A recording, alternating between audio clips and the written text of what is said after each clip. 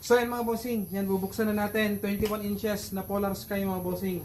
Neodymium ito mga bossing, 21 inches, 3000 watts sa RMS mga bossing. So yan, bubuksan na natin. Ito na yung pambukas natin, no? Original. So yan mga bossing, yan.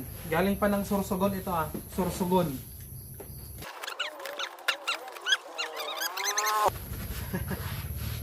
Watching! Ito na siya mga bossing. So ito ay parehas lang nung mukha nung yung ferrite natin, ferrite noon na Polar Sky na testing natin at niload natin sa 21 inches makasuka mga bossing. Ito nga pala ay papunta kay Sir Ay Caramba. Yan, sa mga gusto ng Polar Sky mga bossing, yan, mag-PM kayo lang sa akin mga bossing. Neodymium o ferrite mga bossing. Natin. Oh, medyo mabigat din siya.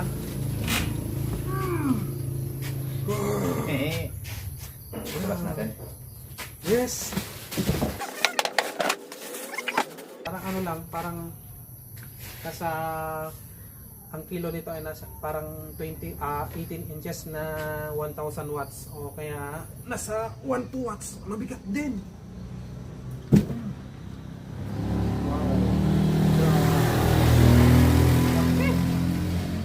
Laki ng magnet. Ay, laki ng magnet ng coil. 6 inches mga bossing. Yan o, kita natin. Ito siya Polar Sky, 21 inches. Yan. So 6 inches yung coil, 3000 watts RMS mga bossing. Wow. Grabe, ang ganda. Ganda. Tsaka mas maganda suspension nito. Mas matigas to. Baltada man. Shush. Pogi.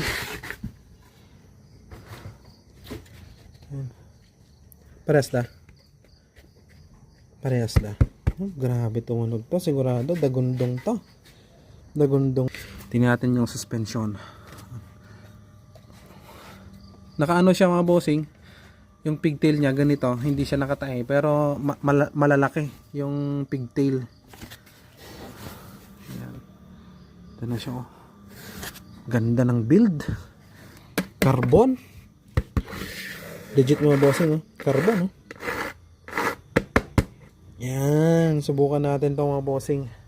Sigurado napaka-solid nito. So dalawa ito mga bossing. Ito yung isa. Yan. Buksan natin parehas para makita natin. Ito pala iloload natin sa Bazooka na 21 ulit mga bossing. Kay Sir Ay Caramba. Repeat order mga bossing kasi napaka-solid daw yung bazooka niya. Pagtatagal na ibebenta lahat nung klase ng box na meron siya na pang sub at papalitan niya ng puro 21 inches na bazooka. Alright.